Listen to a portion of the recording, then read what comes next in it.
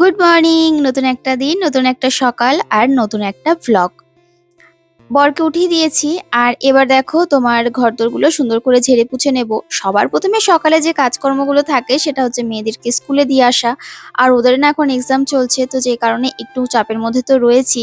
হ্যাঁ, অতটাও চাপ আছে সেটাও নেই, কিন্তু তা যাই হোক, বাচ্চা হোক আর বড় হোক, বাবা মায়েদের দেখবে সন্তানরা যখন পরীক্ষা দিতে যায় না, তখন তাদের হাত পা ঠান্ডা হয়ে যায়, মানে এরকম একটা অবস্থা, ঘুম চলে যায়। আমার তো হয় সেটা। যাই হোক, উজ্জ্বল বলে বেশি টেনশন করো না, যা করবে ভালোই করবে, এখনো তো অনেক ছোট, এখন আর এত চিন্তা করে লাভ নেই, যা করবে সব ঠিকঠাকই হবে। তো এদিকে ওদের স্কুলে দিয়ে, মানে পরীক্ষা রয়েছে, স্কুলে দিয়ে এসে তারপরে ঘরের কাজকর্ম সেরে নিচ্ছি। আর বাসন টাসন সব মাজা হয়ে গেছে, এবার একটু ঝাড়পোছ তো প্রতিদিন না করলেই হয় না।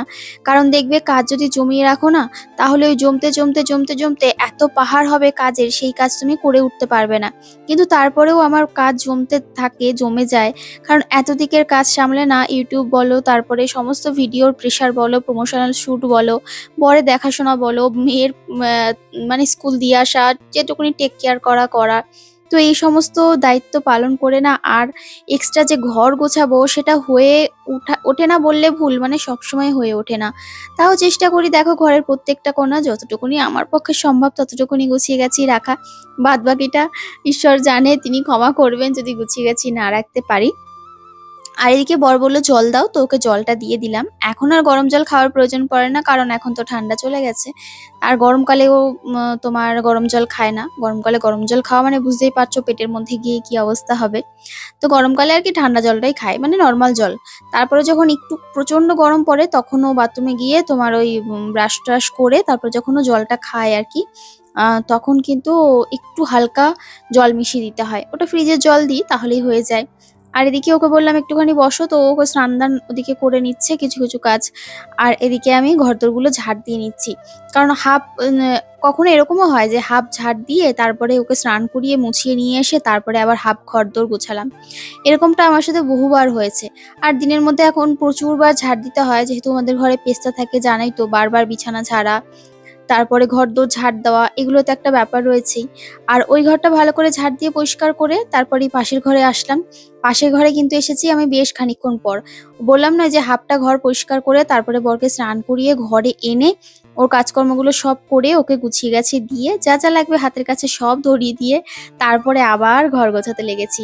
আমার জীবনটা এরকমই, একটু অগোছালো, কিন্তু তারপরে দিন শেষে গোছাতে পারি ঠিকই। অগোছালো জীবন হলেও কিন্তু দেখবে যখন মানে মনের মধ্যে একটা শান্তি থাকে, সংসারের মধ্যে মানুষগুলোর মধ্যে মিলমিশ থাকে, তখন দেখবে তোমার ওই কম পাওয়া মানে জিনিসের মধ্যেও তুমি এতটা পেয়ে যাবে, সেটা বলে শেষ করতে পারবে না। তো আমার বেশ ভালো লাগে। যেটা চেষ্টা যে সবাই একটু ভালো থাক, ব্যাস এইটুকুনি হলেই হবে। আর সেটাই মানে ঈশ্বরের কৃপায় সেটাই হয়।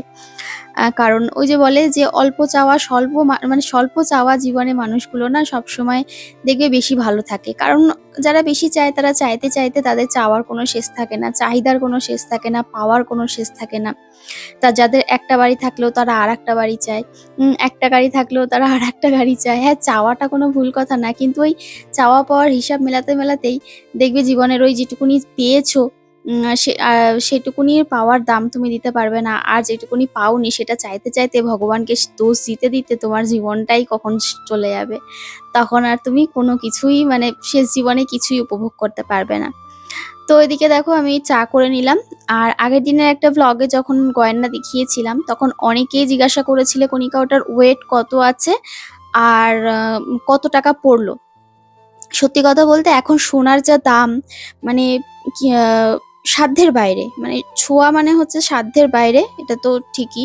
একটু ভারী ওয়েটের একটা নেকলেস করো বা যাই করো, একটুখানি মানে সোনা দিয়ে যদি করতে চাও শক্তপোক্ত ভাবে, সেটা করতে তোমার অনেক টাকা খরচ পড়ে যায়।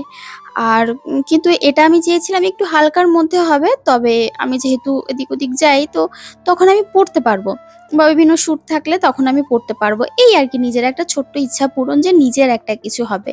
তো ওটা ছিল একদমই কম ওয়েটের, 1 গ্রাম, কত ওই ধরো প্রায় 1.5 গ্রামের মতো, আহ, এরকমই হবে, 1.5 গ্রাম কি 1.5 গ্রামের থেকে একটু কম বা একটু বেশি, মানে একটু কম বেশি হতে পারে। আমার ঠিক এখন মনে নেই, মনে পড়ছে না, মানে ওটা তো বিলে লেখা রয়েছে। আর ওখানেও দেখেছিলাম, তবে একসাথে অনেকগুলো দেখেছিলাম, তো ওটার এক্সাক্ট কত ছিল আমার ঠিক মনে মনে আসছে না। তো ওই ধরো 1.5 গ্রামের আশেপাশেই 1.5 গ্রামও হতে পারে, একটু কম একটু বেশি এরকম ব্যাপার। তো দাম নিয়েছিল তোমার, মানে পুরোটা দাম পড়েছিল 23,000 টাকা। তো এটাই জানিয়ে দিলাম, এই আর কি। তো বেশ আমার তো খুব পছন্দই হয়েছে। তবে আমি যেরকম নিতে চেয়েছিলাম ওটা তোমরা অনেকেই কমেন্ট করেছিলে যে কণিকা এটাকে নেকলেস বলে, নেকলেস টাইপ আর কি, পার্ল, যেটা পার্ল নেকলেস, হ্যাঁ ওটা পার্ল নেকলেস। আর আমি যেটা নিয়েছি ওটা চোকার। তো আমি নেকলেস টাইপের নেওয়ার খুব ইচ্ছা ছিল। দেখি ভবিষ্যতে আবার কখনো যদি সেভিং করতে পারি, কিছু কাজকর্ম, প্রমোশনাল কাজকর্ম করে কিছু যদি আবার এরকম মানে জোগাড় করতে পারি, কিছু সেভিং করতে পারি, তখন আবার একটা বানিয়ে নেব, ইচ্ছা আছে। তো দেখা যাক, ওই হালকা লাইট ওয়েটের মধ্যেই করব, যাতে পরে আর কি সাধ্যের মধ্যে শখ পূরণ ব্যাপারটা বলে না, তো সেই রকম ব্যাপার। তো এই আর কি, ছোট ছোট নিজের ইচ্ছা পূরণ করতে দেখবে বেশ ভালো লাগে। সবার ইচ্ছাকে প্রাধান্য দিয়ে সবার ইচ্ছা পূরণ করে তোমার নিজের ইচ্ছাগুলো যখন একটু পূরণ হবে, তখন দেখবে তার আনন্দটাই আলাদা। মানে সেটা যেন আর বলে শেষ করা যাবে না কাউকে। তো এদিকে আমি সমস্ত কাজকর্ম এক এক করে গুছিয়ে দিচ্ছি, মানে গুছিয়ে নিচ্ছি। আর আমার একটা পার্সেল এসেছিল। আমার এই যে ঘরের মপ স্টিক যেটা, ওটা নষ্ট হয়ে গেছে, প্লাস ওর সাথে যে ড্রামটা দেয় মপটা, ওটাও কিন্তু আমার নষ্ট হয়ে গেছে। বলি না, মানে যে কোনো স্টিক যখন ওর মধ্যে ঘোরাচ্ছি না, ওই ড্রামটা ভালো না বলে সব স্টিকগুলো নষ্ট হয়ে যাচ্ছে। তো আমাদের জন্য ওই পুরো সেটটাই অর্ডার করতে হয়েছে। আর নিচের যেহেতু ড্রামটা ভালো রয়েছে, তো নিচের জন্য শুধু স্টিকটা অর্ডার করেছি। মানে দুটোরই লাগতো, আমারটা খারাপ হয়ে গেছিলো বলে আমি নিচেরটা নিয়ে এসেছিলাম। তো এখন ওই জন্য মানে দু জায়গারই লাগতো।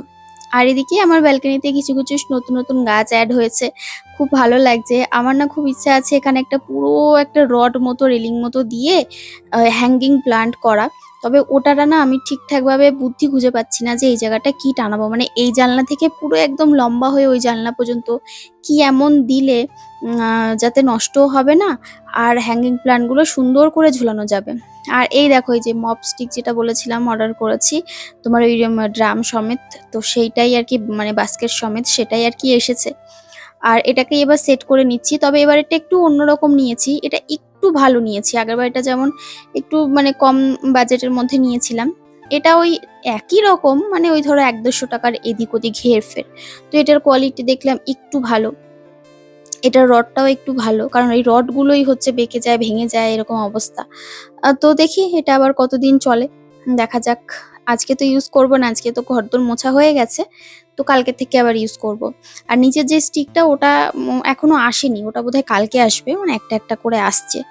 আর আমি আজকে বেশ কিছু কাজ করলাম, আর এই কাজটা করে খুব ভালো করেছি। সেটা হচ্ছে ওয়াশিং মেশিনের মধ্যে না আমি এই যে পাপোশ, তারপরে কার্পেট, এগুলো কাচতে দিয়েছিলাম। এগুলো হাতে কাচতে গেলে এখন আর পেরে উঠি না, কোমরে প্রচণ্ড, হ্যাঁ পেরে উঠি না বলাটা ভুল, তবে কোমরে মানে হাতে পায়ে প্রচণ্ড ব্যথা শুরু হয়ে যায়। মানে পুরো রীতিমতো রাত্রেবেলা এত কামড়াবে, আমি যেন সহ্যই করতে পারবো না। আর তারপর তো কোমরে ব্যথা, উঠতে পারবো না, নড়তে পারবো না, এই অবস্থা। তো ভাবলাম যে না, তোমরা অনেকবার বলেছিলে কণিকা এগুলো না ওয়াশিং মেশিনে খুব সুন্দর কাচা হয়, তো ভেবেছিলাম কখনো না কখনো করব। তো সেটাই আজকে কমপ্লিট করলাম। আর তারপরে ফিরে এসে একটু সময় ছিল ঘরে এসে, তো একটা বুদ্ধি মাথায় আসলো। আমি অনেকদিন ধরে ভাবছিলাম আমার এই ব্যালকনিতে বেশ কিছু গাছ থাকবে, আর এই ঝিরিঝিরি বৃষ্টি পড়বে, তার সাথে এখানে একটা টি টেবিল থাকবে, একটা চেয়ার থাকবে, আমি বসে এখানে একটু চা খাবো আর বাইরের প্রকৃতি দেখবো। মানে এই জায়গাটা একদম পুরো আমার নিজস্ব। ছাদ বাগানটা তো সবার, ওখানে তো ভালোই লাগে সময় কাটাতে। তবে ব্যালকনিটা বা যে কোনো একটা কর্নার হবে ঘরের, যেটা একান্তই আমার নিজস্ব, যেখানে আমি একা সময় কাটাবো একটু একান্তে। তো সেই জায়গাটাই আজকে তৈরি করতে পেরেছি। টি টেবিলটা বানালাম, কিনতে পারিনি এখনো পর্যন্ত, পরে কিনবো। তবে একটুখানি সাজিয়ে গুছিয়ে নিলাম, আরো বাকিটা পরে করব আস্তে আস্তে। তো আজকের ব্লগটা কেমন লাগলো কমেন্ট করে জানাতে ভুলো না। সকলে ভালো থেকো, টাটা।